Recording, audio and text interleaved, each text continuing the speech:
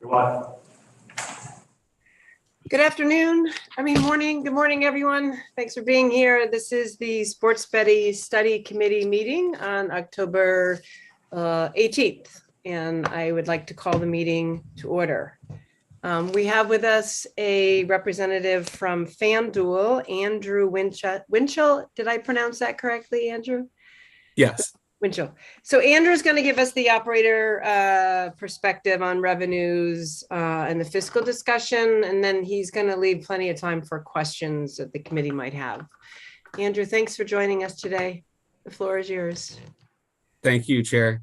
I'm going to share my screen because I have a little bit of a presentation that goes along with my testimony. Share here. Is everybody seeing it? Yes, I can see it. Okay, and is everyone seeing? Let's see here.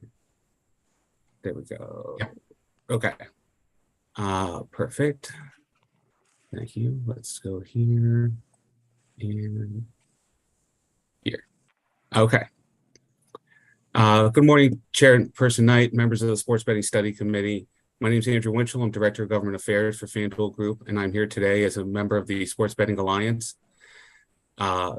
which represents some of the leading mobile sports betting operators in this country, including DraftKings, BetMGM, Fanatics, as well as FanDuel. We appreciate the invitation extended to SBA to discuss the revenue and taxation from a licensed and regulated mobile sports betting market in Vermont, especially with legalized sports wagering happening all around Vermont and unfortunately illegally in Vermont. We are confident that a competitive model and a minimum number of operators and a tax rate and fee structure set in statute consistent with the current trend of how other states have set those tax rates and fees when legalizing sports betting will not only provide comparable revenue figures that have been previously suggested to come from an RFP process, but will also create a better consumer experience and, importantly, without the inherent risks of a limited market, which I will discuss more about in a moment. In order to bring these consumer protection benefits to the state, the tax rate and treatment must be reasonable so that operators may offer consumers competitive odds with what is currently available in the illegal market. Certainly, the competition between my company, FanDuel, and the others in the legal and regulated market like DraftKings and BetMGM is fierce, but our biggest competition comes from the illegal market where offshore operators pay no state or federal taxes and no application or licensure fees. For your reference, a majority of the states that have legalized sports betting have instituted tax rates between 6.75% to 15%. Despite discussion of high tax rates in Rhode Island and New Hampshire, these are in fact outliers and not consistent with the current trend. For starters, since New Hampshire, every state that has legalized sports betting has included a tax rate in statute, with the exception of New York. Now move to slide 2. Is everyone seeing slide 2 here? States that have legalized mobile sports betting? No. Okay. Let me try this. Sorry. I'll try it again.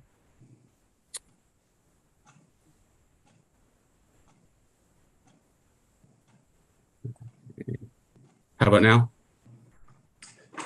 Yes. Okay. Sorry about that. Since passage of New York's mobile sports betting legislation, the following states have adopted their own frameworks with tax rates set in statute and have rejected New York's RFP process. Connecticut, which legalized in 2021, has a tax rate at 13.75%. Ohio, also in 2021, has a tax rate of 10%. Maine in 2022 has a 10% tax rate. Massachusetts in 2022 has a 15% tax rate for retail in-person sports wagering and 20% for mobile or online sports wagering. And Kansas, which is a heavily lottery controlled state, set their tax rate at 10%. Arkansas is an important example of where bad fiscal policy in a small state has stunted the market. Arkansas authorized mobile sports betting through rulemaking, and in doing so required mobile operators to pay their casino market access partners 51% of the gross gaming revenue generated from mobile sports betting. While that's different than paying 51% to the state, it's had a similar impact on mobile sports betting operators. If the market conditions aren't appealing, then quality operators will simply not participate. The loss of quality operators means capturing less of the thriving illicit offshore market and less of the current activity across the border to neighboring states with legal and regulated sports betting. So this chart that I'm showing you here is August of 2022, which was one of Arkansas's best months. The state generated just over 10 million in handle, which is the amount of money wagered on sports betting, and 1 million in gross gaming revenue. Wyoming, which is a state that has 1/5 of the population of Arkansas and has a direct license model with a minimum number of operators, had reached the same level of handle and actually 20% more gross gaming revenue than Arkansas did. And Tennessee, which is a neighboring state of Arkansas with a little more than twice the population of Arkansas, got 20 times the amount of handle wagered and more than 20 times the amount of gross gaming revenue seen in the state. Again, with a reasonable tax rate and a competitive model where major operators are taking part in that state. Relatedly, I know that JFO is presenting later today figures that it included in the original study. I want to emphasize a point that they make. Many operators with a high tax rate is unrealistic for smaller states and for a market the size of Vermont. If the tax rate or revenue share is high, it will yield only a few operators and ones that are not leading operators. For example, in Arkansas, there's currently only 2 online sports wagering operators, and none of the major operators, none of the ones of the sports members of the Sports Betting Alliance, nor any of the other leading national brands are operating in Arkansas because of that 51% rule.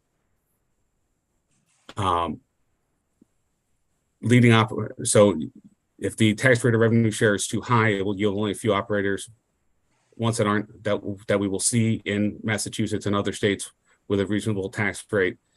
And this will equate to less tax revenue for Vermont than multiple operators with a tax rate that's consistent with current trends. Vermont can still attract multiple high-performing operators with a tax rate that is consistent with current trends and will generate more tax revenue as a result. We ran the numbers and feel confident that if the study committee supports a minimum of 4 to 5 operators to operate in the state with a tax rate set in statute that is consistent with current market trends, Vermont will generate nearly $32 million over the course of 5 years, which is how long on average it takes for a legal and regulated sports betting market to mature. This does not include licensing fees or winning withholdings of bettors in Vermont or local economic benefits like advertising and marketing partnerships. A statutory tax rate that is consistent with current practices of how states approach legalizing sports betting presents tax revenue certainty for Vermont that is otherwise not guaranteed with higher revenue share or tax models that are previously discussed. You've heard the suggested benefits of an RFP model and ultimately the discretion to contract with just one or a few mobile sports betting operators, a very high tax rate and more revenue to the state and easily overall to manage. But that's not the case. Take Washington, D.C., for example. The lottery in D.C. provides a monopoly on sports betting to Intralot, which pays the district over 50% of the gross gaming revenue generated from sports betting. It took 18 months after the district passed its sports betting law before the mobile app went live. The chief fiscal officer estimated that the district would generate $92 million in 4 years. And despite Intralot's tax rate that the district negotiated, well above 50%, the city earned $0 in year 1, $350,000 in year 2, and last year the district lost $4 million. Conservative estimates suggest that had DC issued licenses to multiple operators with a set tax rate in law, DC would have generated $5.1 million last year. And finally, I'd be remiss not to mention this year's incident that Intralot had to pay the district $500,000 because of technical failures that led to its mobile app not working right before and during the Super Bowl, the biggest day in sports wagering. This is all to say that it's not just having multiple operators it is having multiple competitive market-leading operators in a state is what ensures a successful mobile sports wagering market. To sum it up, a tax rate consistent with current market trends with a minimum number of qualified operators will help Vermont achieve its revenue goals you have a framework that can compete with our biggest competition, which is the illegal offshore market, and where Vermonters currently have access to dozens of online sports betting websites. You will attract the leading mobile sports betting app operators that will in turn capture more revenue, including from tourists who are coming from states where they have access to the same multiple mobile sports betting apps. Finally, I'd like to make one recommendation for the study committee. There were discussions during last week's meeting of inviting a representative from the Connecticut Lottery Corporation. We would also recommend you invite the lottery director of Virginia, which does not have a history of gaming, and also established a mobile-only sports betting framework. Given the discussions that the study committee had around establishing a mobile-only sports betting framework under the purview of the lottery here in Vermont, we believe the committee might find it helpful to hear about an analogous experience in Virginia. Thank you again for the opportunity to participate in today's meeting, and I'm happy to answer any questions or discussions that you'd like to have. Thank you, Andrew. I'm going to open up the floor to any of the committee members that have questions for Andrew. Just real quick, that last piece you touched on with Virginia, were you saying that they did not do retail? Was that the right? So what's happening in Virginia? Touch on that, please, because I'm not the biggest retail. Yeah. So Virginia and Tennessee is another state that also did the same. Virginia passed its law where it's online only for mobile sports wagering. Virginia at the same time did pass casino enacting legislation, so they are in the process of developing full-scale casinos, which will have sports betting, but the two bills ran separately. So they launched a mobile sports betting market with no casinos, not really a system like that in their state. Tennessee also has a mobile-only sports wagering operation, and they have no casinos, no racetrack, nothing, no distributed gaming in Tennessee. Okay, but you were highlighting their numbers as being some of the more robust in Tennessee, correct? Yes. Yeah. Okay. And how many, as a follow-up to that, so what is the tax rate for Tennessee, and how many operators do they have? It's a 20% tax rate, and I'd have to check, but it's at least, I want to say a half a dozen. I could let me get you the true number though, because new ones are coming online regularly. Yeah. So it's also worth pointing out that Tennessee has 7 million, a population of 7 million, which is more than 10 times our population.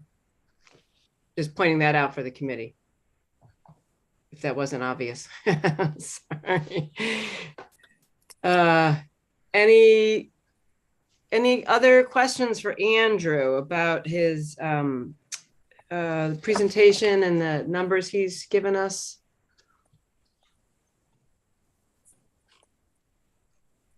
Do we have a copy of the slide deck in there?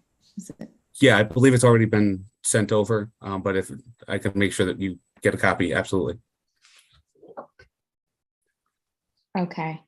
I think I have a follow-up question. I'm trying to understand the difference between having 6 operators in your state and 20 operators. I think we heard from Chris Rice that there might be 20 reputable sports betting organizations. And I'm curious too about the alliance. Is anyone let into the alliance? Is it a specific group of the providers or operators? How do you all operate? Because I'm worried if you're all coordinating and sort of lobbying together to get a specific tax rate. So the Sports Betting Alliance, we're a trade group of FanDuel, BetMGM, DraftKings, and Fanatics, who engage in lobbying for legal competitive sports betting markets across the country. And so we are working together on advocacy because we believe that stomping out the illegal market through having a competitive legal market is in the best interest of the state, consumers, and the market in general. We do believe that in order to make that necessary, in order to get that result, there needs to be a reasonable tax rate set in statute, which is, the point in my testimony. And I think as I pointed to, for example, in states that have not done that, you're failing to capture the market because there's not a interest by operators to be in states where it's not financially beneficial for obvious reasons. Like, as I said, in Arkansas, they have the rule which requires 51% of the revenue to stay with a in-state casino. And they're not just our members, but no major national operator is in that market. Like, not even, other, like Caesars or Penn or any of the other competitors that we see across the country. Okay. And so do you let other people into your alliance, or is it just the four? Yeah, I'd have to get into a discussion of I'd have to take a look into the bylaws of what the process is, but it was generally just, people who are interested in joining us and paying the dues and being part of the process. Okay. Thanks for joining us, Senator Sears. So, Andrew, New Hampshire and New York State, they don't have the tax rate in statute. Why is it important to the Sports Betting Alliance and to your organization to have the tax rate in statute? How does the state benefit from that?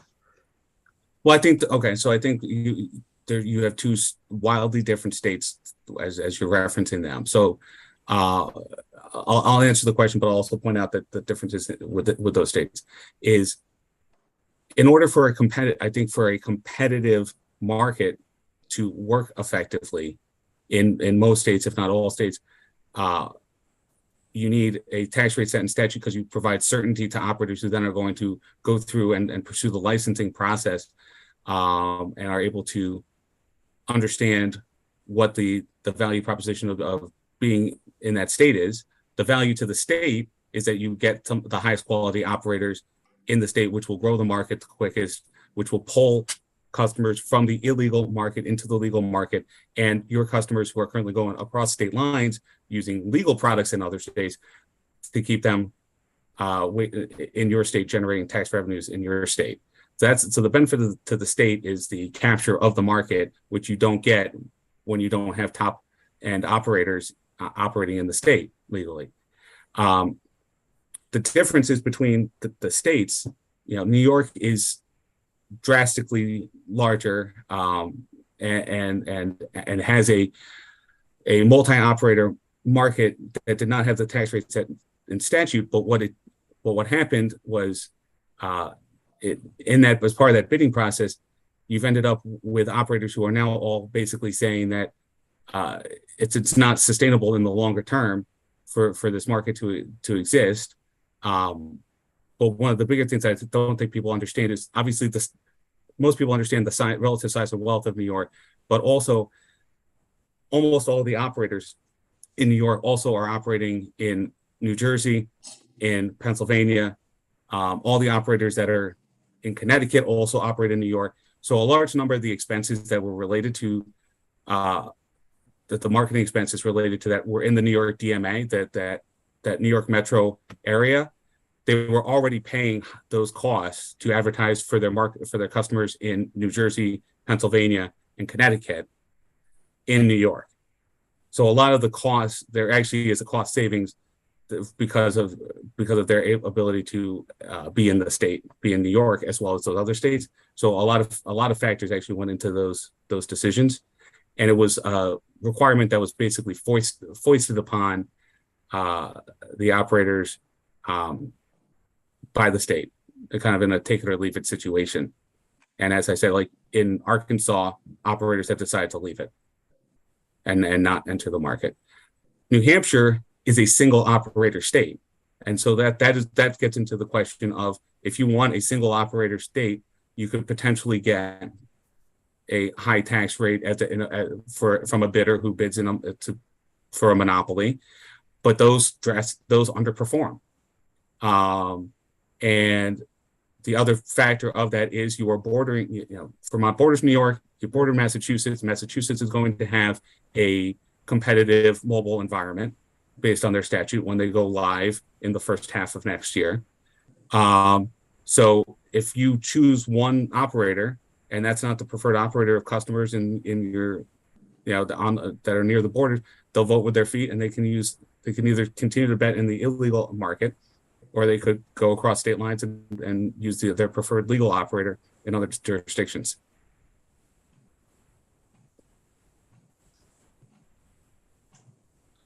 Any other questions for Andrew about this? Senator Sears, thank you for joining us. Thank you. Andrew, I'm sorry I missed part of your presentation, but my big question is about New Hampshire and better understanding what you meant by monopoly, and does that increase the revenue for the state of New Hampshire? I mean, usually we're criticized for not being as progressive, in terms of various things, not being like New Hampshire. So I'm interested in, is this something that New Hampshire made a mistake in your view, or is this something that they did to increase their revenue? To be frank with the members of the committee, I think it was penny wise and pound foolish, because I think in the near term it has paid off due to the delay and how long it's taken other states surrounding New Hampshire to legalize. So they haven't seen the negative effect, and they've actually seen a positive effect because you have suburban Boston and lots of people potentially driving up from Boston and that area into New Hampshire. But once Massachusetts is actually live, and once Maine is live, and once potentially Vermont is live for mobile sports wagering, and if presuming that those Massachusetts will have a competitive mobile market, Maine is expected to, it has its own idiosyncrasies, but Vermont, if it has, could have a competitive mobile market, I think you'll see a drastic change in New Hampshire's fortunes, because people will, right now it's literally the only live place for hours drives, depending on how far the customers are, where there's the legal market. So if it's the only one, yeah, you can do that and you can get some benefit from that. But then when you look out, and actually have a level playing field across multiple neighboring jurisdictions, it changes dramatically. I think one of the things that has been seen, one area to point it out, Delaware as a state was one of the first to legalize sports wagering. It only legalized it at racetracks. It did not legalize mobile. But with the coming on of just retail sports wagering in Maryland, their mobile hasn't launched yet. There's been a drastic drop off in Delaware of the revenue at those racetracks, because customers who are physically closer to the Maryland border and to the casinos in Maryland are going there. And anyone who was in Maryland, a Maryland resident who was coming to Delaware because they were first and they were the closest place, is now just going to their local casino. It's all about convenience. But that's very helpful, because I was trying to figure that one out. But it does make sense. I mean, there's so many people that live in southern New Hampshire that actually work in Massachusetts. Yeah. That will be physically in Massachusetts. So yeah, that's very helpful. Thank you. You're welcome. And Senator Sears, we will have representatives from the New Hampshire Lottery and Sports Betting next week. And that's one of the questions, is how do they imagine that the legalization of sports betting in Massachusetts might impact them? So we can have some of those questions answered next week when New Hampshire is here. Does anyone have any other questions for Andrew?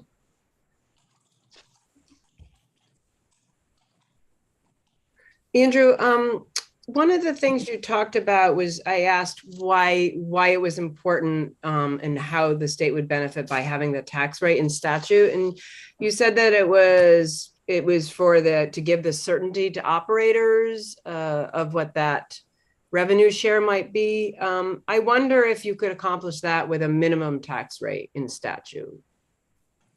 I don't think that you would, because again, it's as operators are looking about whether or not to enter a state and making the decision, which involves a significant use of resources and is incredibly incredibly skeptically viewed by shareholders and by investors who want to make sure that they are putting their resources in the right places. They need to be able to demonstrate that they think they can make a profit just like any other business can, when deciding to invest in a state. And if a minimum tax does not give any certainty, because I could set a minimum tax of 10%, but a maximum of 100. Okay, well, great. So I don't think a minimum tax provides any certainty to operators. A maximum would, but I don't know if you're putting a maximum tax in, then you might as well be just setting the tax rate in statute.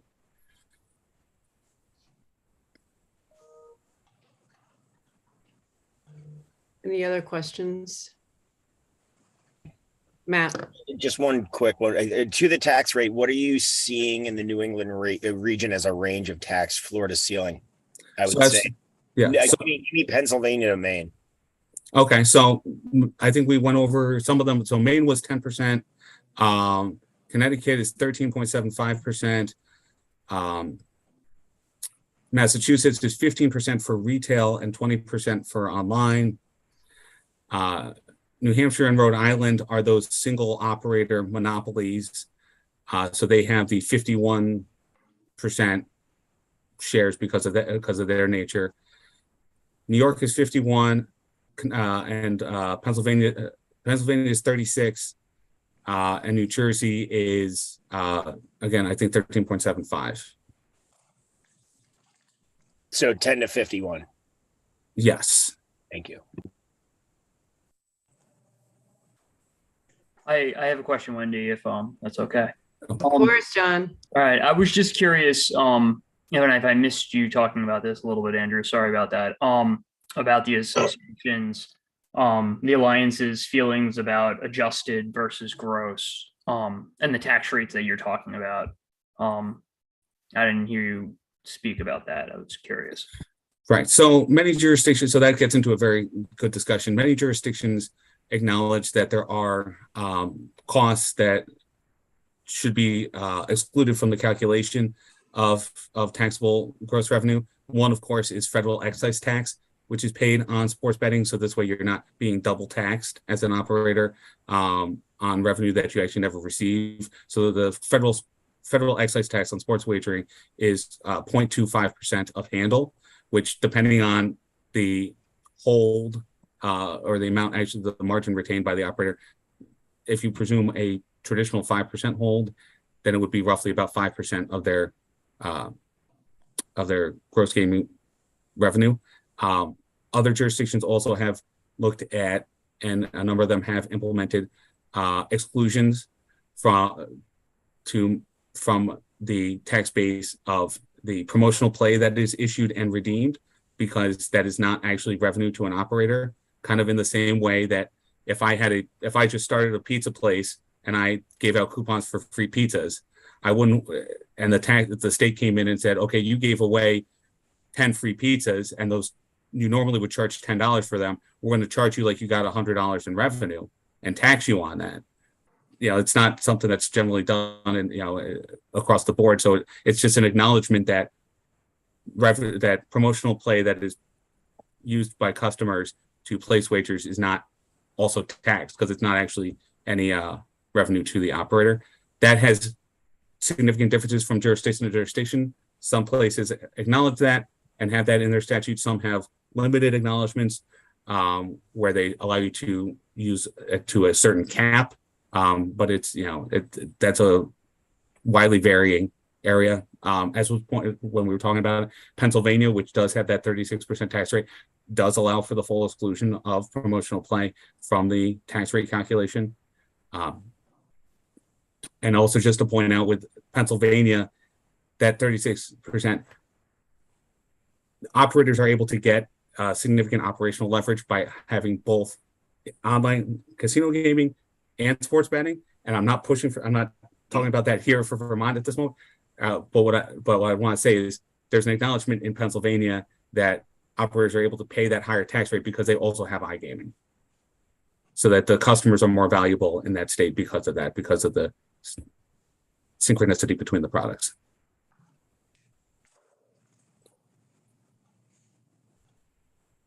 Thanks. You're welcome. I have a question.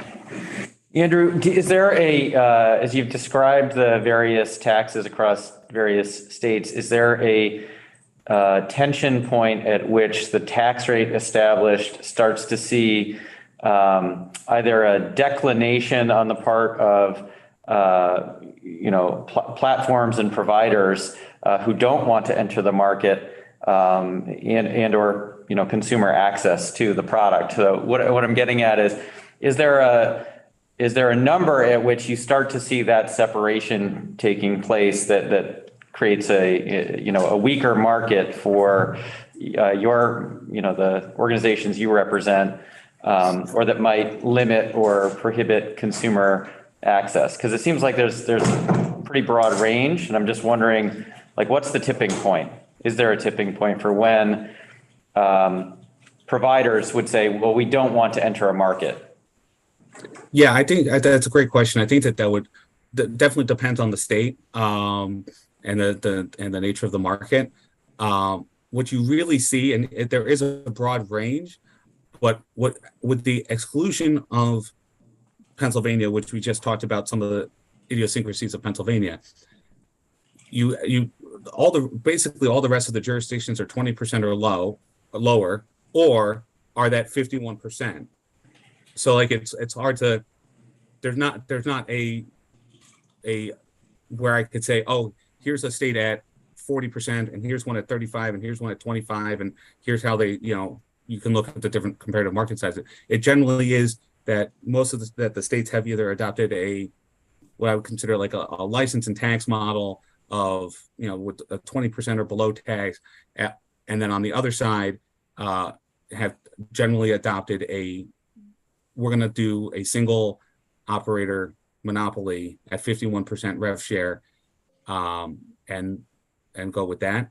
I think what you can see, I will say, if you're looking at different sizes and trying to understand it, the argument about 51% in a competitive market in New York, and people did bid and accept and are in that market despite its issues. But in Arkansas, at a 51% revenue share to your in-state partner, they did not. No one has entered it. So I think, like, if you're looking at where you can kind of see, it depends, as I said, depends on the size of the state. Is there an appreciable difference, though, between, for example, the Massachusetts at 20% for online gaming versus a state that elected 10%? I mean, how would Vermont know whether or if there's any detriment to the revenue part of the equation for the state in trying to balance a 10% equation versus a 20% equation and seeking to maximize the revenue if that's the goal of the state? Right. So I think there's significant similarity, when you're under 20%, and especially if you don't have, in a number of these other jurisdictions, we have what are called, market access partners, where we have to, in order to, for example, like in Indiana, to enter the state, we have to partner with a in-state casino or OTB or racetrack. Obviously we would need to share. As part of that, we generally would share revenue with that operator, and then we would also pay the tax on top of it. In a state like Vermont that does not have market access partners, and you're just doing the tax, I would say that anywhere under that 20% threshold, you would be unlikely to cause negative distortions in the market where people would say, oh, no, this is way too high, I can't possibly afford to do it. I don't know. I can't sit here and say if you had 9% versus 19% versus 29%, you'll get tranche A of operators will come in and will be willing to join versus tranche B versus tranche C. One, because I don't speak on behalf of all the potential, major operators. But I do think operators are used to and have internalized and understand what the cost and what it looks like with the cost of a 20% tax and a direct access, like has Tennessee. And they at least know how to model for that and understand what cost will look like. Thank you. Any other questions for Andrew before we move on to our discussion with JFO and Ledge Council?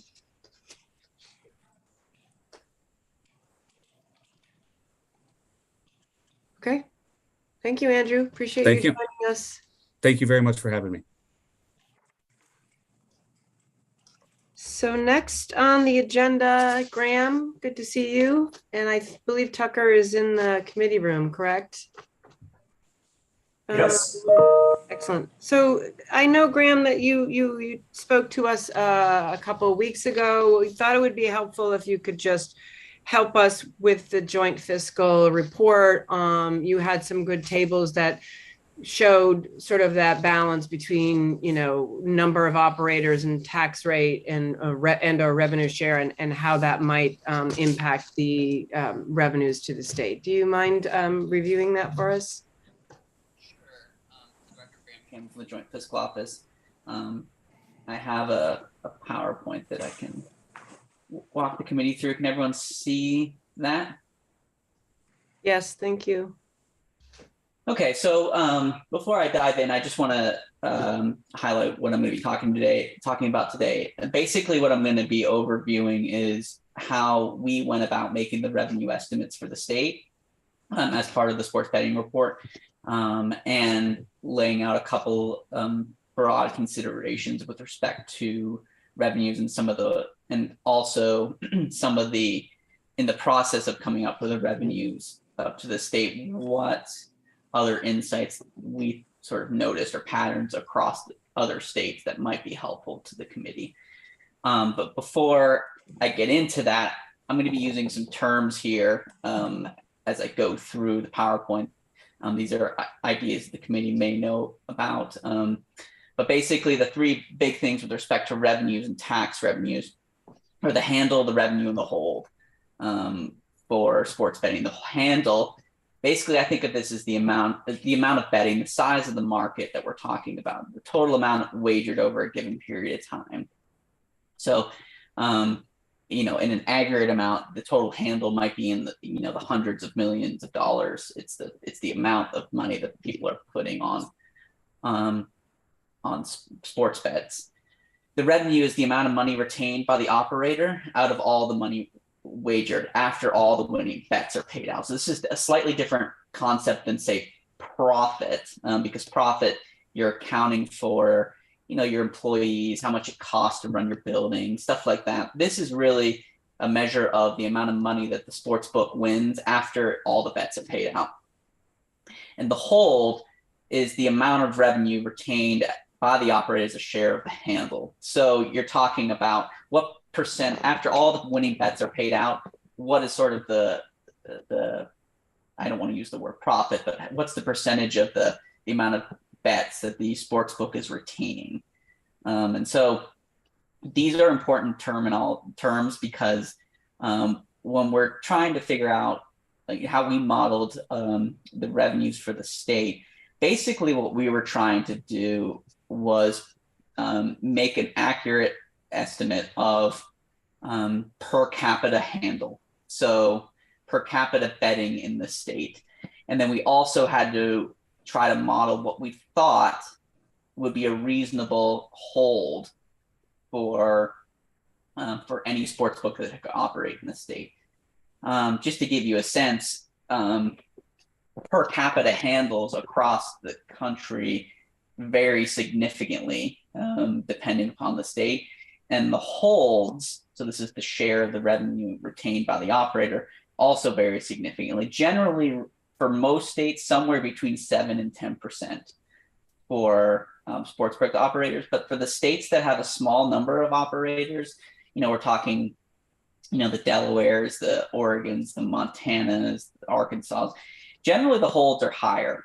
The state sports books or the casinos tend to do better And that just might be because the lines are not as competitive. It's not as competitive as the market in those states. And so I would say the sports book or the operator is sort of starting with a quote unquote upper hand in the overall market. So generally, and this is sort of reiterating what was in the report, we consider the revenue from sports gambling to be a function of the maturity of the sports gambling market. So all else equal, more gambling is occurring in more mature markets. So we felt it appropriate to build in sort of a 2-year window here, because in almost every state, the first year of gambling revenue is smaller than the second year of gambling revenue. So you see that in the report. The second is the legal and regulatory structure, of which this committee is spending a lot of time talking about. But these are the questions about how many operators are allowed to be in the state. Are they public or are they private? So are we talking a state lottery run sportsbook? Or are we talking RFPs with well-known sports betting operations like Caesars, FanDuel, DraftKings, et cetera? Are the operators that are in the state competitive? So, if they are private, are they ones that are tying their lines to Las Vegas? Are they offering promotions to bring in new bettors? And is the betting online, in person, or both? Some states you can really only bet in a casino. Others you can bet, just as quickly with an app. And finally, obviously, the sort of math here dictates, the tax rate of the revenue share is going to determine how much revenue you're collecting. So is the state opting for a low tax rate or a high tax rate, or is the state opting for a revenue sharing agreement through an RFP? So depending on what that, third, knob is, the revenues will change, quite drastically.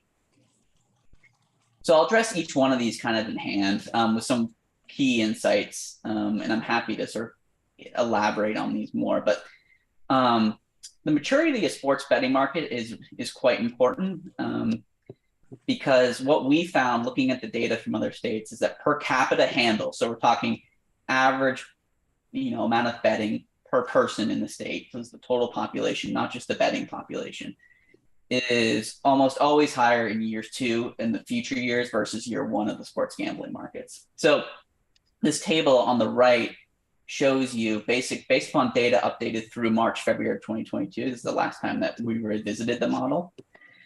I've broken it out by sort of the tiers of, or the categories of states is low tax rate, many operators, high tax rate, many operators, low tax rate, few operators, and high tax rate, few operators. What you can see after we made our sort of in-house adjustments for the COVID-19 pandemic, because lots of states started up in either year 1 or 2 during the pandemic. So you were seeing huge drops in sports betting from March 2020 through usually about August, September of 2020. After we adjusted for that, you can see that almost every state in its second year generates higher per capita handle than its first year. And so that's why we went with the 2-year model. Another interesting note, sort of deviating off of the sort of key point of this slide, speaking directly to the last witness, that we would somewhat disagree slightly with the assumption that the high tax rate here is significantly detrimental to per capita handle. I think it's true that you see, in general, higher per capita handle in states with low tax rates and many operators. So that's sort of the first set of states here. You can say they're generating somewhere in the neighborhood of $400 to $600 per person in handle. But if we look at the high tax rate many operators, so I'm calling many operators here, I should back up. I call New Hampshire and Rhode Island a many operator state because the RFPs that they have are the operators that do run them are operating competitive lines generally. So we're not dealing with a situation like a state operated sports book or a very uncompetitive private sports book. And you can see that at least in their second year, they're generating what I would call pretty healthy per capita handles. Pennsylvania has I think 34% tax rate. Rhode Island is a revenue share 51, New Hampshire is 50. And you can see they're generating pretty decent per capita handle. Now, would that be higher if they had a lower tax rate? It's possible. But what I would say is you're not seeing, market drop-offs in per capita handle. And remember, the revenue that the state's generating is a function of both the size of the market, so per capita handle, and the tax rate, right? So even though you might see a smaller drop in per capita, you might see less per capita handle with a higher tax rate. The fact that your tax rate is 5 times higher than, say, Colorado has a 10% tax rate, even though they have relatively high per capita handle, for every dollar that is generated in revenue for the sports operator, the state is getting 5 times less the revenue, right? And so this is the equation that this committee and the legislators have to decide is while you might potentially depress the per capita handle a bit with a higher tax rate, you also have to weigh that with the fact that the tax rate is so much higher. And so that's why places like New Hampshire, Rhode Island, and Pennsylvania generate per capita tax revenue that is quite high, because the second part of the tax equation is, obviously a much higher percentage. So moving to the next slide, the other consideration that we think is really important is the legal and regulatory structure, because we think, based upon our analysis, that the legal and regulatory structure is probably the single most important thing for creating a robust market in the state. There are obviously other variables, such as the population of the state and the appetite for betting. So, for instance, states with an older population tend to have lower sports gambling per capita. States that don't have a professional sports team tend to have lower per capita. These are some of the things that we were running through our model. But generally, the regulatory structure is what really generates the per capita handle. So the first one that we looked at is, the number of operators or the competition of the market. So how many operators and how competitive are they? So on the one hand, we have many states that permit many operators to take bets in the state. Or you have the sort of New Hampshire, Rhode Island model where they have a limited number of operators that take bets, but they ensure that those betting lines are naturally competitive. And on the sort of far end of the spectrum, you have a handful of states that allow limited operators, or they have those operators operate through like a local partner, like a casino, or they have a government-run sports book through their lottery system. So you have those, at the time when we published the report, those were sort of 2 clear distinctions in the types of markets that we were analyzing, and the amount of betting that those two types of markets generated were vastly different. And the second was online versus in-person betting. I mean, the general rule of thumb here is the easier you can make it for people to place bets, the greater, healthier the market will be. And those states that allowed operators to have both online and in-person betting generated more per capita handle.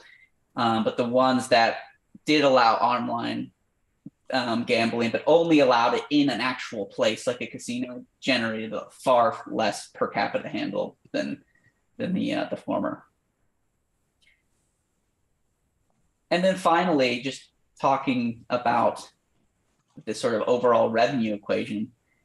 What is the tax rate we're talking about here? Or the revenue share. So most states, as you all have learned, are applying a tax rate to gross operator revenue, although the definitions to that actual tax base vary slightly across states.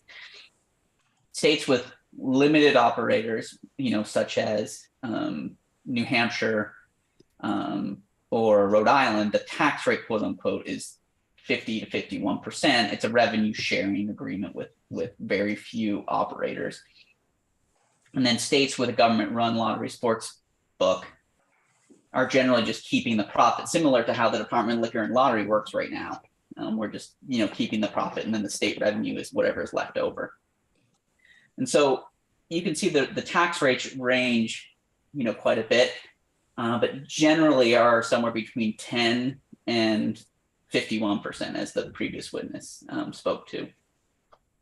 I would say amongst the sort of many operators states, the New Jersey's, the Indiana's, Tennessee's, Illinois, the tax rate is generally less than 20%.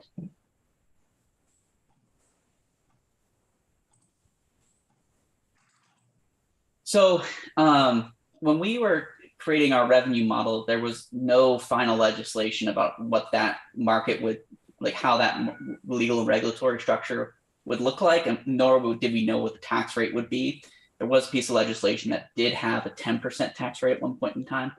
But in order to give legislators flexibility in deciding, what type of revenues you could potentially looking at here, we use this sort of four parameters matrix here to give a sense of the sort of degree of revenue. So we had our many operators, low tax rate states, which are, I think generally, as more and more states have come online, this is kind of, I think, the most popular model going forward. So you have, a lot of operators in your state, more than 5 in a lot of cases, and you would have a tax rate less than 20%. So we're talking models like New Jersey, West Virginia, Iowa, Indiana, Michigan, Colorado, and these states. And then you had the second one, which is this many operators, with the caveat that many operators here also means competitive market and a high tax rate. So Pennsylvania, I think, is the clearest sort of hewing to the definition here. They have many operators, but they have a higher tax rate than the 34%. But I put Rhode Island and New Hampshire in this category because of the quality of their sports books operate in the state. You can get competitive betting lines in those states.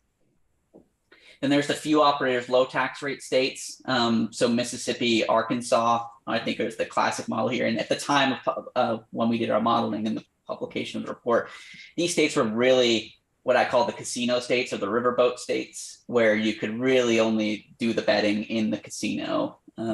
Arkansas has since changed to a sort of more online platform. But I'll speak to sort of the results of that a bit later. Few operators, high tax rate is the last category. This is kind of the model where the state Graham, would be operating. can I ask a question? Yes. Graham, can I ask you a question? I'm not sure I fully understand what competitive lines means. I thought I knew a lot about gambling, but evidently I don't know as much as I thought I did. Can you help me with that? Yeah, sure. I don't claim to be an expert in gambling either, but my understanding of competitive lines is,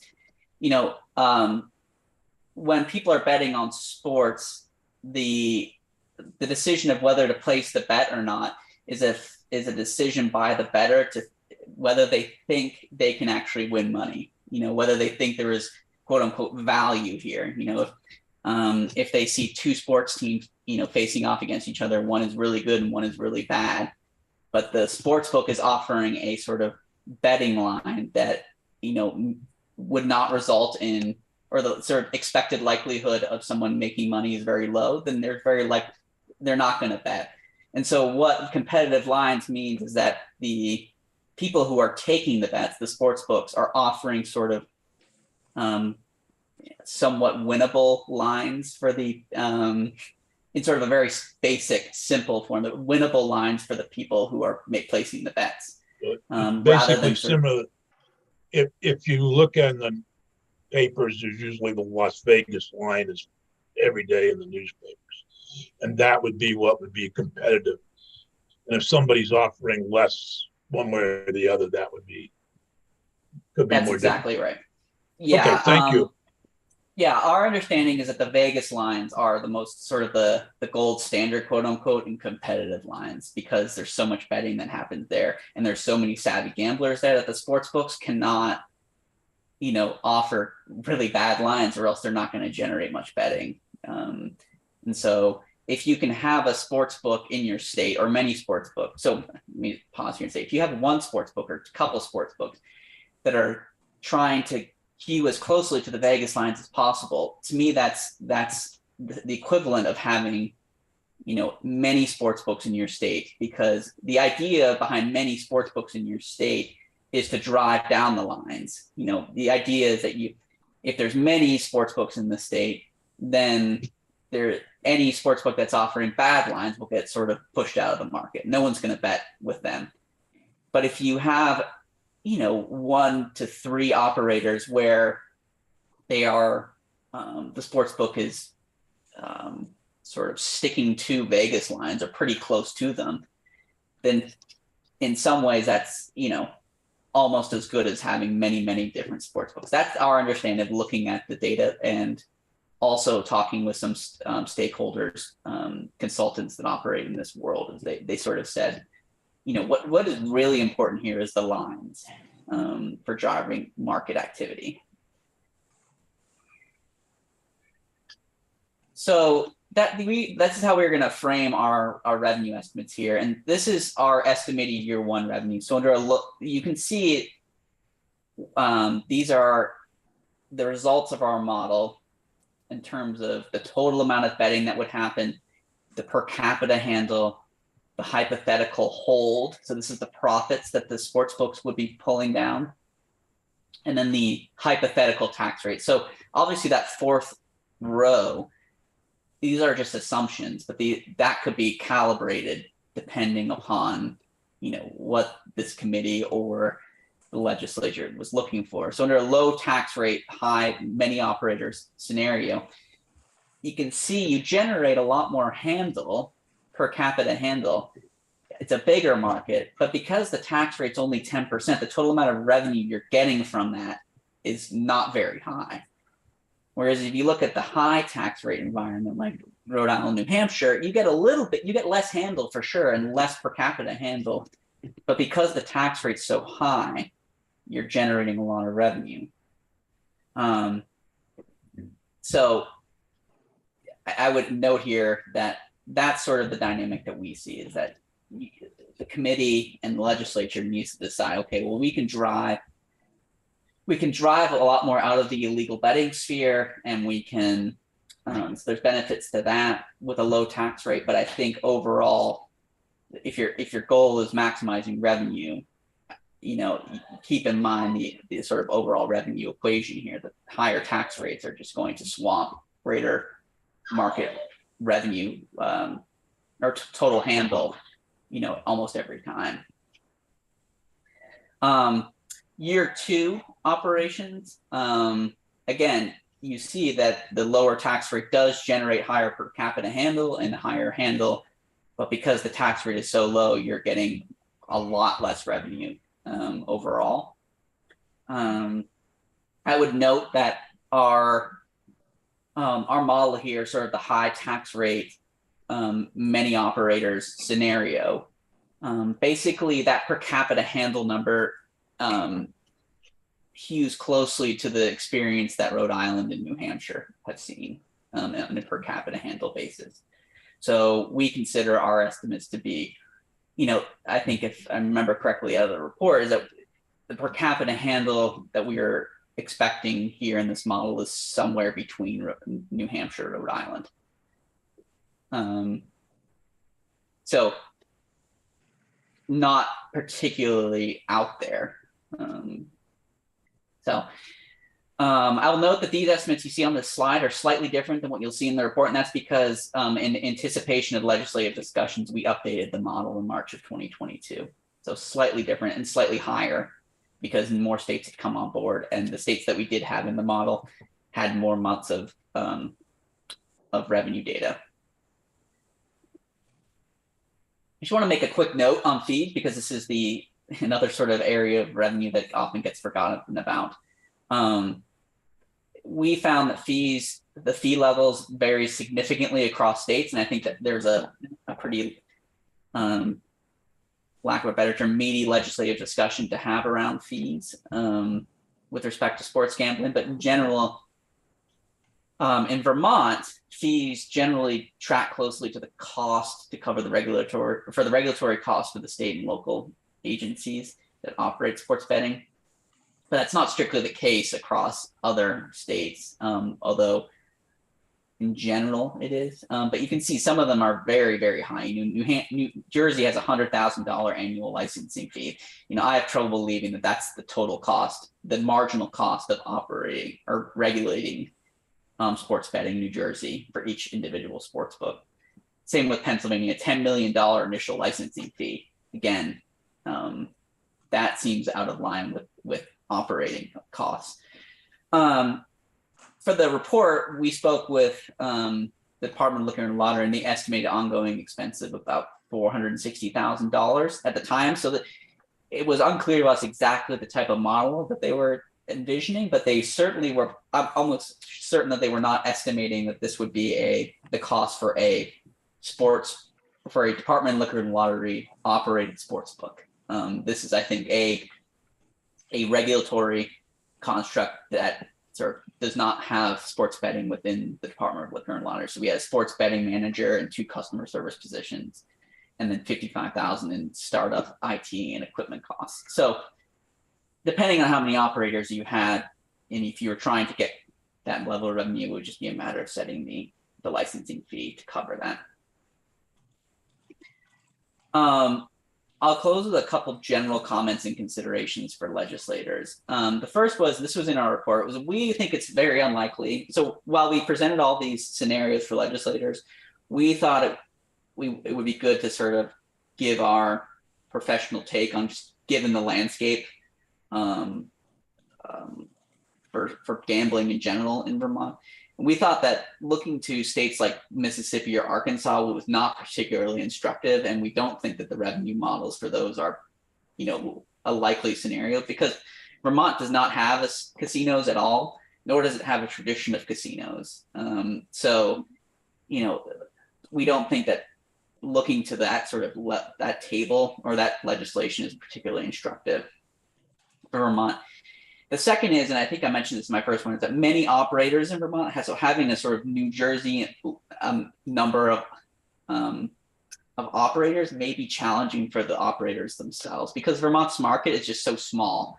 It just might not make it worth it for many operators. And if Vermont did opt to go with that model, I think there is good reason to keep the tax rate lower, because with such a small market, the sort of margins, I think, are going to be quite small for operators. And so,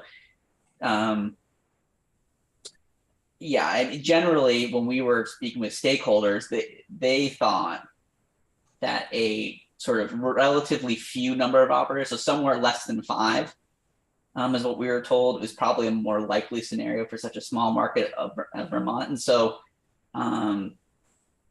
they were sort of thinking about the New Hampshire, Rhode Island model, where we have small number of operators, relatively high tax rate.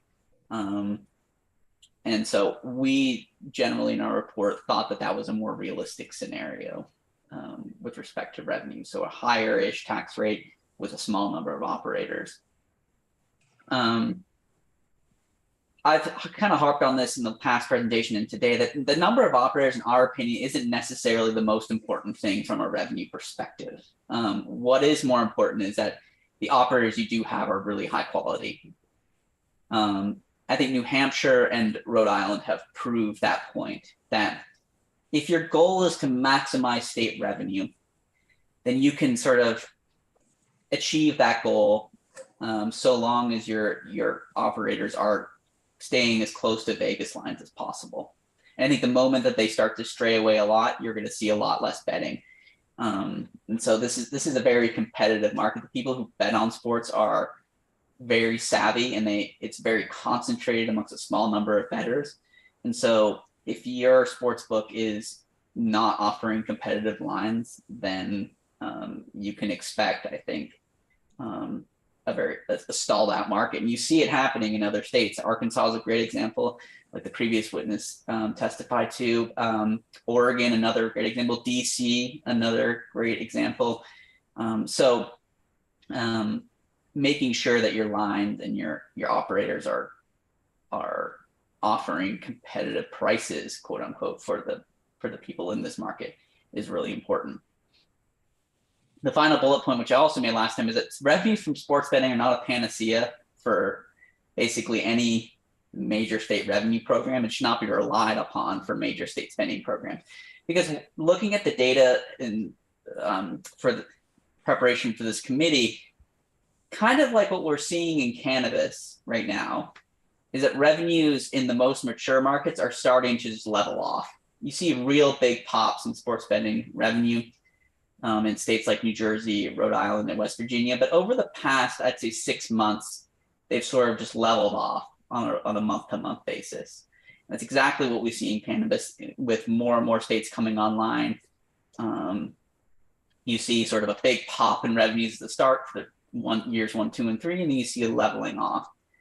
And so, you know, I think if you're going to be funding state programs with money from sports gambling, I would not recommend using that money for something that is a growing state revenue source of, you know, greater than 3% a year, just because I would expect this to level off as more and more states come online and as markets mature. And then I had one more bullet point that I didn't include here, but I wrote down as, you know, I was thinking through the last presentation, but, you know, my job at JFO is to look at taxes for the whole system. I work not just on, you know, sports gambling taxes, but personal income taxes, corporate income tax, sales taxes, kind of you name it. And I think the committee should spend a lot of time thinking about whether the goal here for sports betting is to maximize revenues, right? I would say in all the tax work that I've done for the state, very rarely is the goal for creating a new program to maximize state revenue. It is often a function of lots of different things. So for instance, you might say, you know, we don't necessarily want to maximize revenue. What we want to do is have people get out of betting illegally, you know, in offshore markets, right? Then there's I think tax policy can be designed to better achieve that goal, you know. And so I would just I think it's a good idea for the committee to consider the fact that, you know, it's not generally the practice of the legislature to maximize revenues in any program it sets. I think cannabis is a great example. I think I was advising the legislature several years ago on cannabis that, you know, the difference between a 10% and a 20% tax rate for cannabis in terms of the elasticity of demand, so what was going to be the change in demand with respect to those tax rates, was not particularly large, but the legislature intentionally set a relatively low tax rate to try to drive out the illegal market. And so the goal there was not to maximize revenue, because I think if the legislature's goal was to do that, it could have set a tax rate at 20% and achieved more revenue, but that wasn't the ultimate goal. So I would encourage the same sort of thinking here for this committee is, you know, is maximizing revenue the goal, or are there other goals that are out there that are more important, and whether the tax system can be used, the tax system for this can be used to better achieve that goal. So with that, I'm happy to take any additional questions. Thanks, Graham. That was very helpful. Does anyone have any questions for Graham? I do. Go ahead, Senator. Yeah, I'm trying to, I think you're correct on the goals, Graham, but I think you're leaving one out, and that, and same was true with cannabis, and that's to not lose state revenue to other states like New York, Massachusetts, and New Hampshire. And when we were doing all that work on the cannabis bill, I remember trying to predict where those states, Mass, New Hampshire, well, New Hampshire didn't do it, but where Mass and New York would be at. And that's also the competitive balance I think we have to look at when we do this. You're absolutely correct. I think we were never trying to maximize the revenue. But we're a different type of illegal gambling market from the cannabis market, which we had, you know, dozens of small we still have dozens of small cannabis cultivators in Vermont. We're talking now about offshore companies from Nigeria, et cetera, et cetera. But I do think that's important to look at what Mass, New Hampshire, and New York are doing in sports. Yeah, I think that's an excellent point. You know, to what extent is there sort of quote unquote revenue being left on the table? And I think that's just one of the considerations that's out there for this committee. I think, you know, I see the tax committees that I work on grapple with that question a lot. And it's not necessarily with just say something that's relatively straightforward like sports betting or cannabis, but, you know, I'll give you an example. There's been a lot of discussion in the legislature about sales taxes on software as a service, right? That one's come up in the legislature a lot, where other states do tax that revenue. It's a relatively large revenue stream for the sales tax. That could quote unquote be considered revenue on the table, but because the legislature in general, particularly the Senate, has been more concerned about fostering growth in sort of small technology businesses in Vermont, they've sort of not taken up that. And so it's a perpetual question, I think, for legislators in this committee about, you know, when you're thinking about money that is left on the table, how sort of broad of a I guess net do you want to cast for that? Because lots of states will have taxes that Vermont has, and Vermont will have taxes that lots of other states don't have. And so you'll have to sort of weigh the advantages of having or not having those taxes with the amount of revenue that could or could not be collected.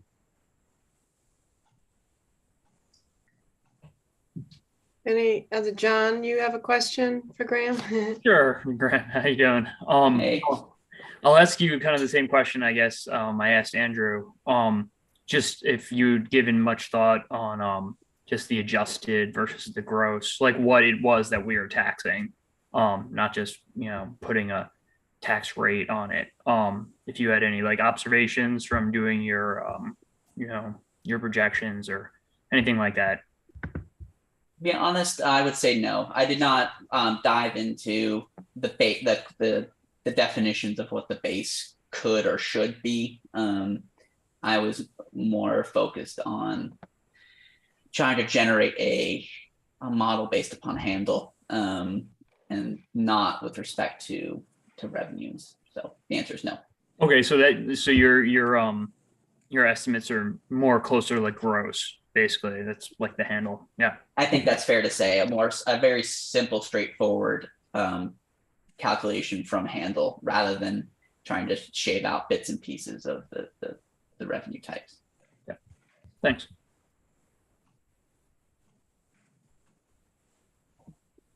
I guess my question here is for the committee. Do we want to have Graham show us numbers on the other side of that coin, on the revenue as opposed to the gross?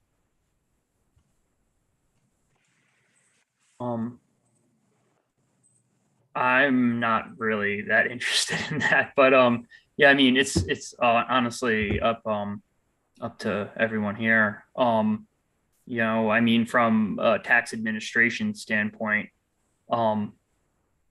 you know, the more it gets closer to you know, revenue and not gross, the harder it is to administer. The more the tax department would have to audit and look into what each taxpayer is excluding and why and things like that. You know, and it get complicated. You know. No, very fair point. Thank you.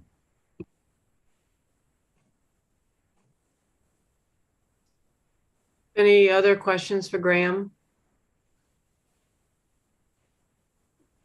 Graham, maybe you can answer this, or maybe John, you can, you know, jump in. So what's the difference between, you know, a tax rate in statute versus a revenue share?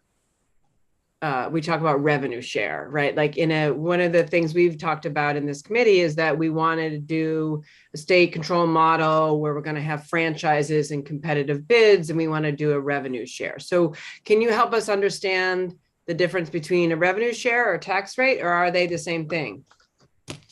I would defer that question to either Tucker or John, who probably have a better sense of Okay. what the difference is. Well, I mean, in my perspective anyway, it's like money is fungible, right? Like, so it's kind of, I think the way Andrew could correct me, it sounds like with, the operators, they kind of prefer the predictability for their bottom lines. Calculating, my guess is the various lines and trying to be competitive with what makes sense economically for them. But, from a revenue perspective, like if we receive, a revenue share of X, and then we set a tax rate that comes up with a tax, revenue of X, then it's the same thing. It's just a different way of sort of collecting it. To answer John's reference from the operator standpoint, it's not necessarily that it could be a revenue share, it could be a tax rate. That's not the operative point. It's the fact that it's set in statute as opposed to a bidding process, where we believe that if you have a bidding process to attempt to get a multiple operator field in a small state, you'd only get a situation with a 51%, or if you try to set a minimum and say you have to bid at least 50% or whatever, you won't get those bids and you won't. It's a situation where kind of like if you build it, they won't come.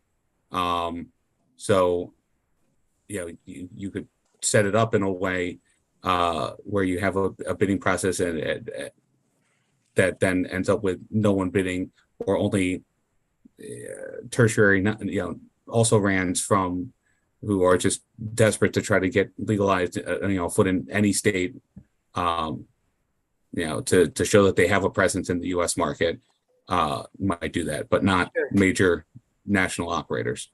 Sure, I understand. I think the committee understands that the preference of their operators is you want that predictability, which is why you're asking for the tax rate to be in statute. Appreciate that. But I hear what Graham, I hear you saying is that it's more important to have competitive lines, that's the most important, not necessarily the number of operators. Does anyone have any other questions for Graham before we move on to Tucker? We've got 40 minutes, so we've just got to be mindful of that. We are going to be voting on some things and having a discussion, moving this along. Okay, any questions for Graham? And if not, Tucker, would you please come up and give us a little bit of a sense of what our policy, I think we understand them, but can you help us out with our next decision making? It's a perfect slide. All right, give me a better view of everyone compared to where I was last week. Good afternoon, everyone. Tucker Anderson, Legislative Counsel. Wonderful to be with you again. You've taken a look at tax systems today, and you've heard a lot of great expert testimony from both Andrew and Graham to tee up the decisions that you asked me to cover with you today. It is primarily, are you going to have a revenue share tied to some of the decisions you've made before about a centralized, probably RFP-based state-controlled system? Or are you going to set a statutory tax rate? Is that tax rate, and this is the final question, going to be flat or progressive? And as you have heard, a progressive tax rate is not very friendly to this type of product. Before jumping into that, I think it would be helpful to cover everything that you've heard today and throw it under what I will call the 3 highs to frame what the risks are here. Sports betting is subject to high risk in 3 categories. The first is revenue volatility, right? Revenue in this market is very sensitive to change, which is why you have heard repeatedly today that predictability is important. The second category of risk is price sensitivity, right? That's what you heard from Graham and Andrew. and Graham again last week or the week before that about how lines are important. Consumers in this area have access to information about the price or the odds and the lines here of the products they're consuming. They can compare between operators and decide not to play with an operator based on the lines that are being offered. You heard several weeks ago, I believe the presenters were from DraftKings, about their vertical integration where they are able to set their own lines, which is potentially an advantage. And that then there are third-party line setters out there that essentially market and sell lines to the other operators. The one that was mentioned at that time was Kambi, which is also a major player in retail wagering, where the lines are typically not as favorable as those on the online market, where you have more, again, vertical integration. So second bucket, price sensitivity presents high risk. The final is illegal market competition, which was also covered today. This is an area where there's high risk. Why? The answer is because the internet. Consumers have access to a lot of illegal operators in this space if they choose to go that way.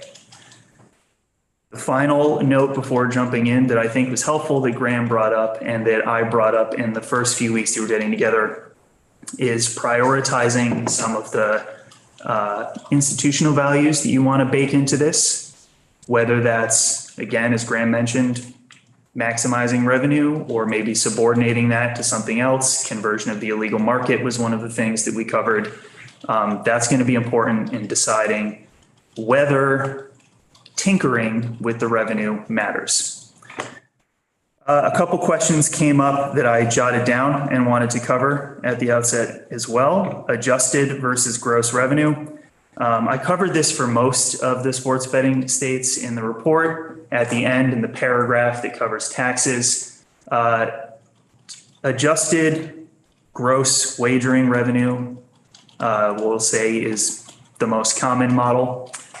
It allows for typically a minimum number of deductions, including for promotional plays and free wagers. And it does have an impact on the gross revenue that then is taxable in the states that allow for those deductions from revenue. It's an important decision that has to be made.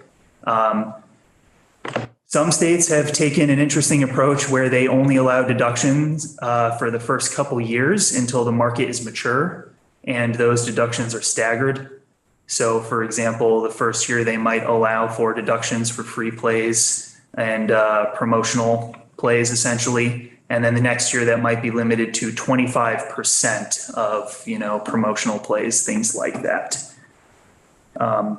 So hopefully that answers some of the questions about the difference between the adjusted versus just calling it gross gaming revenue, which again, might also make it difficult to come up with a very consistent point when you're saying how much gross gaming revenue can you get per person? Well, it depends on how you're defining that term in the statutory structure. Finally, the difference between tax versus revenue share, statutory tax rate versus revenue share, as John pointed out, in effect, very little difference. The operator is giving the state a share of the money they are making through the handle and their revenue from the handle.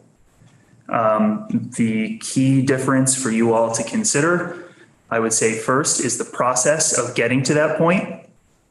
So if it's being set in statute, what information is the legislature receiving ahead of time that is informing what the appropriate tax rate should be?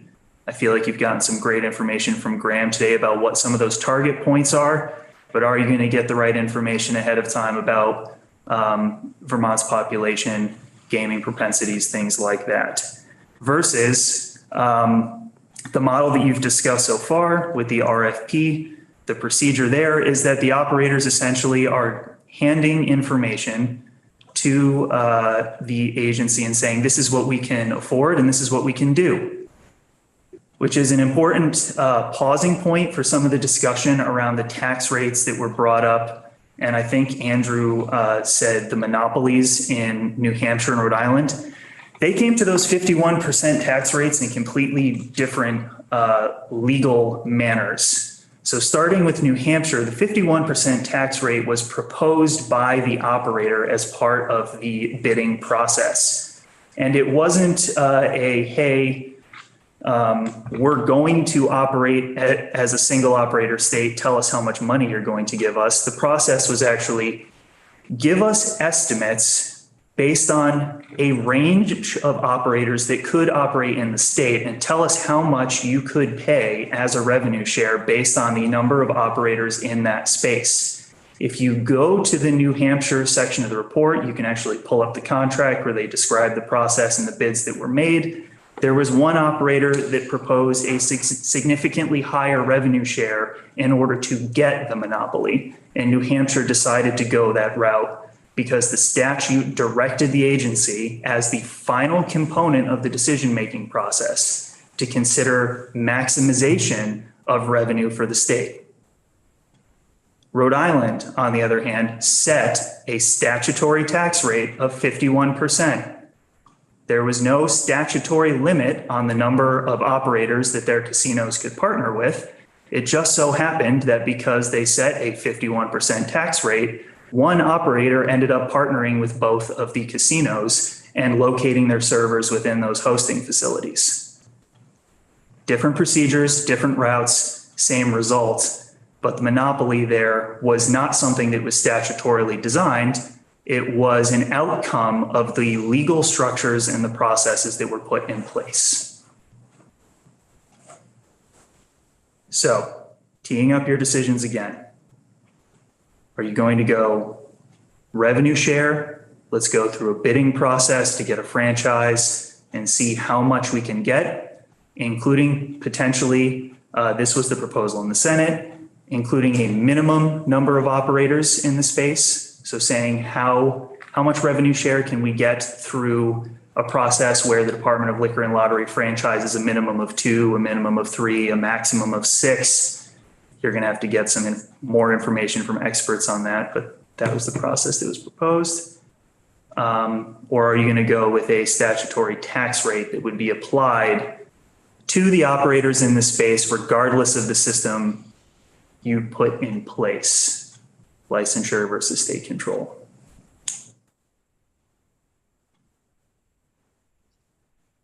Okay, thank you, Tucker. Does anyone have any questions for Tucker? So to Wendy, I don't know. Yes. I don't know if it's a question, but I was just sort of feeling like for the first time today, I tried to understand what illegal sports betting looks like where people are going. Are we talking about them going to illegal websites? Are we talking about them figuring out a way to bypass the laws in their state with legal platforms? Where does one do illegal sports betting? Senator Sears, you're shaking your head. So it's online. You're doing online, right? With offshore sports betting, Senator. Well, I don't want to admit that it's criminal. However, I did, when we first started talking about this, I went online, paid $100 to a company, and then later on found out it's actually located in Nigeria. I have not put any more money into it, but it was kind of a test case for me to see what it was all like. And it's been instructive, quite frankly. And, I actually, still are playing with that same $100. But for some reason now you have to take cryptocurrency if you want to cash in. And it's clearly it's not something that's user friendly, really. It's obviously making money for that company. But I also know that there's an awful lot of other gambling going on that might, for example, Super Bowls and this sort of thing, that, may or may not be illegal, and may or not be affected by having illegal gambling in state, sports betting in state. But I do think, but that's my experience, quite frankly, is that's where I did it. I haven't gone to bookies or anything, but I know they're still available. Thanks, Senator. That's helpful. So just to refresh the committee in terms of some of the decisions we've made, right? So we've said that our priorities for state interest were moving to a regulated legal market, ensuring consumer protections, because with illegal gambling, there are no consumer protections, and then maximizing revenue for the state, and then giving the administrative regulatory authorities some flexibility. So those were some of the priorities that we talked about. We did decide that we don't want a government-run sports book like New Hampshire did. I'm sorry, not New Hampshire, DC, that we wanted to have not a license model like New Jersey. We wanted to have a state control model, and then have a franchise where we do a competitive bid process and, RFPs. So those are some of the decisions we've made to date. So I think that's one of the things that Tucker was sort of teeing us up based on some of those decisions. I guess the question is, when we talk about revenue share in an RFP process versus tax rate in statute, I feel like we're leaning towards the revenue share in an RFP because we've opted to go down that route. So is that fair to say that we're looking at a revenue share model versus a tax rate in statute based on our discussions and decisions to date? For me, some of it has to do with what we're going to do with the money. Are we just putting it into the education fund like we do liquor and like we do lottery? Are we putting it into a special fund for things that, that we haven't been doing, or are we just going to put it into the general fund as another new revenue source? And I think it was Graham that made an important point about its revenue that may decline, and you may not want to count on it for certain things. So I think that's an important consideration before we decide. I don't have a real bias on either way. But I think we should really have some discussion about what we might do with revenue. I just like to jump in for a second to build off what Senator Sears was saying. I'm hesitant to commit this money to anything specific, as it is volatile. We are in very volatile economic times, and we're also on the way of off-ramping all of our federal aid over the last years via COVID.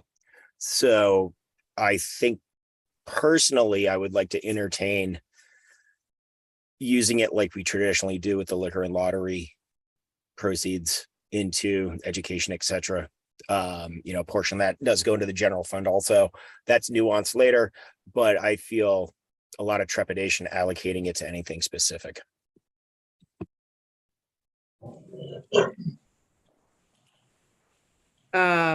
Okay, so the question then for the committee is, are we recommending that revenue share model as opposed to having the tax rate in statute, given that we've opting for a competitive bid with RFPs?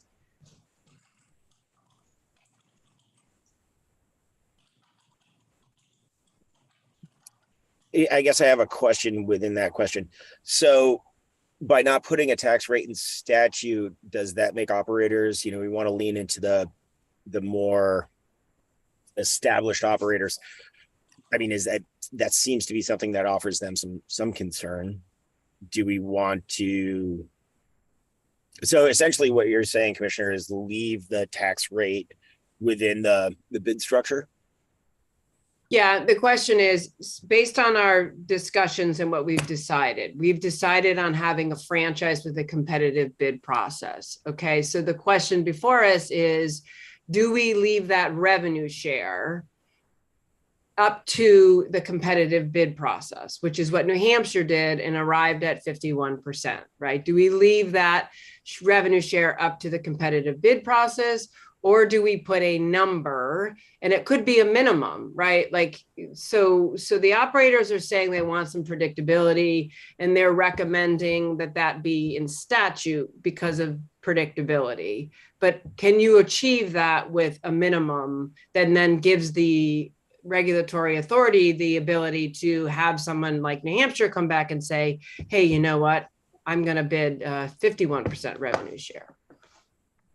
Okay, understood. So once we actually start putting language down, there could be like a no less than. Right. We did that in Senate Economic Development, right, Keisha? It was 20 per, so Senate Economic Development last session put in a minimum tax rate of 20%, but then gave the rest of the negotiating power to DLL.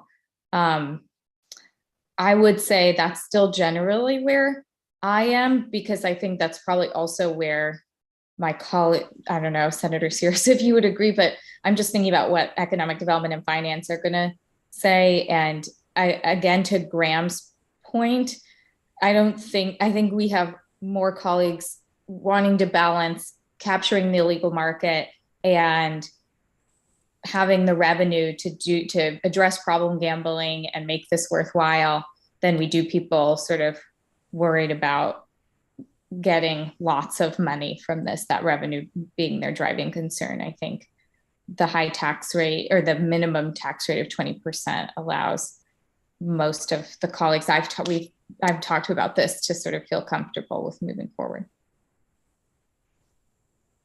Okay, so how does that feel to the committee if we are to recommend a revenue share model that's done through the competitive bid process, but that we put a minimum of 20% in statute? I'm good with that. I find that favorable. Okay. Tate, yes. Senator Yes. Ron, you suggested that. Thank you. John, thumbs up. Okay. So that would be the one recommendation that the committee is making, is to proceed with a revenue share model with a minimum of 20% in statute. The other question before us today is, and Graham, both you and Tucker have done you were really helpful in terms of, I think, presenting information and that equation between number of operators and revenue. The committee here has already decided that we want a competitive model.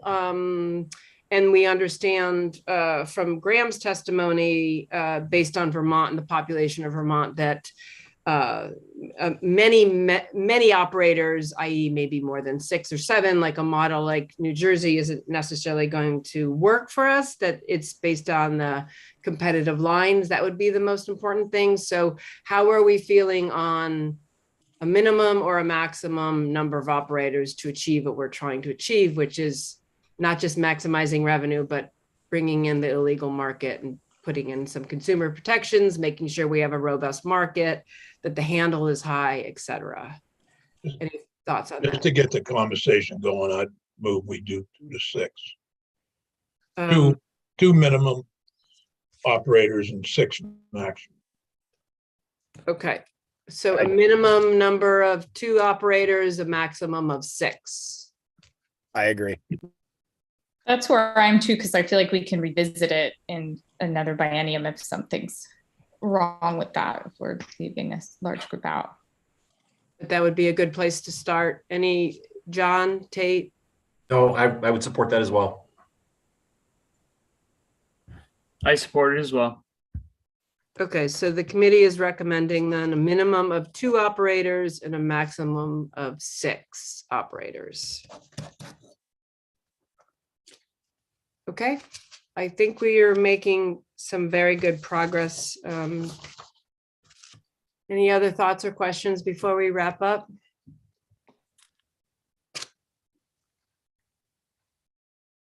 Well, obviously the standing committees will go over this, and there may be nuances and stuff, but I would really hope that there would be an actual look at of whether or not Vermont should, if we do this first step, should we do a second step, which would be actual physical location Mhm. for sports betting, whether they be kiosk or however it is. Mhm. There's an awful lot of people that aren't comfortable necessarily with computers. I know I walked into McDonald's the other day, and the only way I could order was off a thing, and I was whipped out because I didn't feel comfortable. And I suppose that was a senior moment. I don't know. All I wanted was an Egg McMuffin. Why is that so hard, right, Senators? Right. Well, And I think that's on our discussion and decision next week. We've talked a little bit about that, online only retail. So I think we can talk more about that next week. And maybe it is a staggered approach. If speed to market is still a priority, maybe it's something we look at for evaluating a retail market at a later time. But that's definitely on our agenda for next week for sure. Well, while we have a little bit of extra time, I just want to say, I said this privately to the commissioner, but I'm hoping, this is kind of more broadly for everyone listening. I'm hoping we land in a place where the same people who are listening and participating now don't come back for another bite at the apple with, trying to propose some of these things over again in the legislature. I think we're doing our due diligence and listening as a committee. And I don't think it's, if people still have concerns they want to raise, I'd encourage them to do it in the timeline of this task force and not try and re-litigate this during session.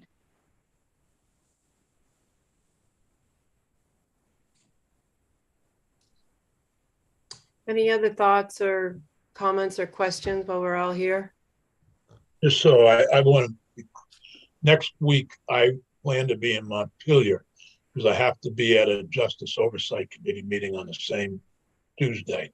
So I'm going to try to, I don't know what room both committees will be in, but I'm going to try to do both committees at the same time. So if Excellent. Mike will have to help direct me around the building. This committee is in room 11 and Justice Oversight is in room 10, Senator Sears. So that shouldn't be too difficult. I usually can find my way across the hall. Just, yeah, stay on the backside of Abe Lincoln and just door to door. While we're talking about future meetings, when I look out at November 8th, I no longer have this weekly. Is that, I just missed a couple meetings, so I don't know. We did not schedule one for November 8th because that's election day. Oh, right. Yeah, so we didn't schedule it. It's so empty on my calendar. Yes, we were trying to be considerate of election day. And then, but there is one on the 1st and the 15th. Is that correct, Mike? Correct. And we do have one tentatively for the 22nd if needed. Right, to review the report. Okay, I don't know why from November 15th, maybe onward. No, I have one on November 22nd. I don't have it on November 15th. I don't know what's happening with me in this calendar invite. I could just put it on for myself. 11:30 to 1:30 on the 15th. That's correct. 15th. Okay. And I can certainly forward the invite to you, or Mike can forward that to you, just so that you have it. Oh, now I have it. Thank you, Mike. I don't know what happened. Welcome, Senator. Thank you. Any other thoughts or questions? And before we leave, I know, Mike, at some point you want to review the public hearing, but I don't know if we do that in a separate meeting. It is a separate meeting and it's offline, and it's a quick rehearsal, won't take more than 5 to 10 minutes. Okay. Does anyone have any more thoughts or questions right now while we're in committee? Okay, so what I'm going to do then is I'd like to adjourn the meeting, Mike, and can you just give